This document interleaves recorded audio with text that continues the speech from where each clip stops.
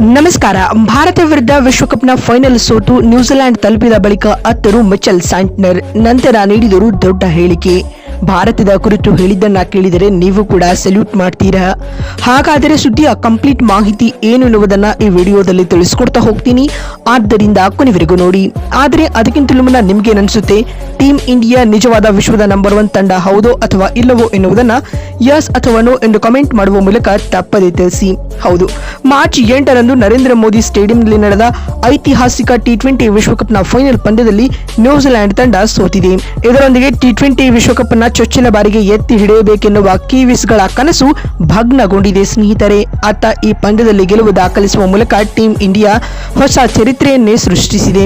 ಇದಲ್ಲದೆ ಕಳೆದ ವರ್ಷ ಇದೇ ತಿಂಗಳಲ್ಲಿ ಇದೇ ಟೀಮ್ ಇಂಡಿಯಾ ವಿರುದ್ಧ ಚಾಂಪಿಯನ್ಸ್ ಟ್ರೋಫಿಯ ಫೈನಲ್ ಪಂದ್ಯದಲ್ಲಿಯೂ ನ್ಯೂಜಿಲೆಂಡ್ ಸೋಲನುಭವಿಸಿತ್ತು ಸ್ನೇಹಿತರೆ. ಇದೀಗ ಟಿ20 ವಿಶ್ವಕಪ್ ಸೋತ ಬಳಿಕ ಕಿವೀಸ್ ಆಟಗಾರರು ಮೈದಾನದಲ್ಲೇ ಕಣ್ಣೀರಿಟ್ಟಿದ್ದಾರೆ. ಸದ್ಯ ಈ ವಿಡಿಯೋಗಳು ವೈರಲ್ ಕೂಡ ಆಗ್ತಾ ಇವೆ. ಯುದ್ಧದ ಕಾರಣದಿಂದಾಗಿ ಕಿವೀಸ್ ಆಟಗಾರರು ಇದೀಗ 2 ದಿನಗಳ ನಂತರ ತವರಿಗೆ ತೆರಳಿದ್ದಾರೆ ಮತ್ತು ನ್ಯೂಜಿಲೆಂಡ್ ತಲುಪಿದ ತಕ್ಷಣ ರಿಯಾಕ್ಟ್ ಮಾಡಿರುವ ಕಿವೀಸ್ ನಾಯಕ ಮಿಚೆಲ್ ಸ್ಯಾಂಟ್ನರ್ ಈ ರೀತಿಯಾಗಿ ಹೇಳಿದ್ದಾರೆ. ನಮಗೆ ನಿಜಕ್ಕೂ ನೋವಾಗುತ್ತಿದೆ.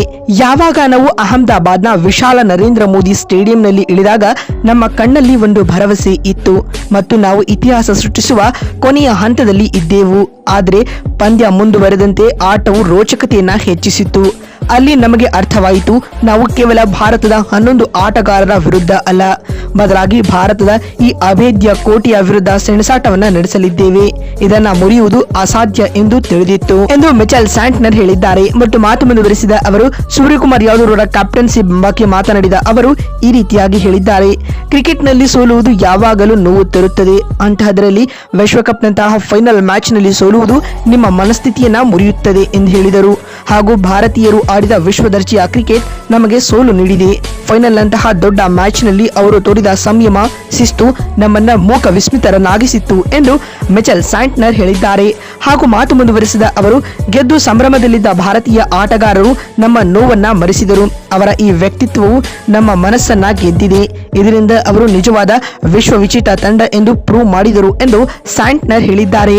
ಹಾಗೂ ಮಾತು ಮುಂದುವರಿಸಿದ ಅವರು, ನಾವು ಟೂರ್ನಿಯುದ್ದಕ್ಕೂ ಆಡಿದ ಆಟವನ್ನ ಒಮ್ಮೆ ಅವಲೋಕಿಸಿದರೆ ಭಾರತದ ವಿರುದ್ಧ ಆಡಿದ ಆಟ ಏನೇನೂ ಆಗಿರಲಿಲ್ಲ. ಆ ಪಂದ್ಯದಲ್ಲಿ ನಿರೀಕ್ಷಿತ ಪ್ರದರ್ಶನ ನಮ್ಮಿಂದ ಮೂಡಿ ಬಂದಿಲ್ಲ. ಹೀಗಾಗಿ ಅಭಿಮಾನಿಗಳಲ್ಲಿ ನಾವು ಕ್ಷಮೆ ಕೇಳುತ್ತೇವೆ. ಆದ್ಯಾಗೂ ಭಾರತೀಯರು ಆಡಿದ ಆಟಕ್ಕೆ ಖಂಡಿತ ಸಲ್ಯೂಟ್ ಮಾಡಬೇಕು. ಅವರು ಟ್ರೋಫಿ ಗೆಲ್ಲಲು ಮೋಸ್ಟ್ ಡಿಸರ್ವಿಂಗ್ ತಂಡವಾಗಿ ಕಾಣಿಸಿಕೊಳ್ತಾ ಇದ್ದಾರೆ. ಹೀಗಾಗಿ ಭಾರತದ ಆಟದಿಂದ ಅನೇಕ ವಿಷಯಗಳನ್ನ ನಾವು ನೀವು ಎಲ್ಲರೂ ಕಲಿಯುವುದಿದೆ ಎಂದು ಹೇಳುವ ಮೂಲಕ ಭಾರತದ ಕುರಿತು ಸಲ್ಯೂಟ್ ನೀಡುವ ಹೇಳಿಕೆಯನ್ನ ಕಿವೀಸ್ ನಾಯಕ ಮಿಚೆಲ್ ಸ್ಯಾಂಟ್ನರ್ ಹೇಳಿದ್ದಾರೆ. ನೋಡಿದಲ್ಲ, ವಿಶ್ವಕಪ್ ಫೈನಲ್ ಪಂದ್ಯ ಸೋತು ನ್ಯೂಜಿಲೆಂಡ್ ತಲುಪಿದ ಬಳಿಕ ಕಿವೀಸ್ ನಾಯಕ ಮಿಚೆಲ್ ಸ್ಯಾಂಟ್ನರ್ ಹೇಳಿದ್ದೇನು ಅಂತ ತಿಳಿಸಿಕೊಡುವ ನಮ್ಮ ಈ ಪ್ರಯತ್ನ ನಿಮಗೆ ಇಷ್ಟವಾಗಿದ್ದಲ್ಲಿ ಈ ಕೂಡಲೇ ಈ ವಿಡಿಯೋಗೊಂದು ಲೈಕ್ ಮಾಡಿ. ಮತ್ತೊಂದು ವಿಡಿಯೋದಲ್ಲಿ ಸಿಗ್ತೀನಿ. ಅಲ್ಲಿವರೆಗೂ ನಮಸ್ಕಾರ, ಧನ್ಯವಾದಗಳು ಸ್ನೇಹಿತರೆ.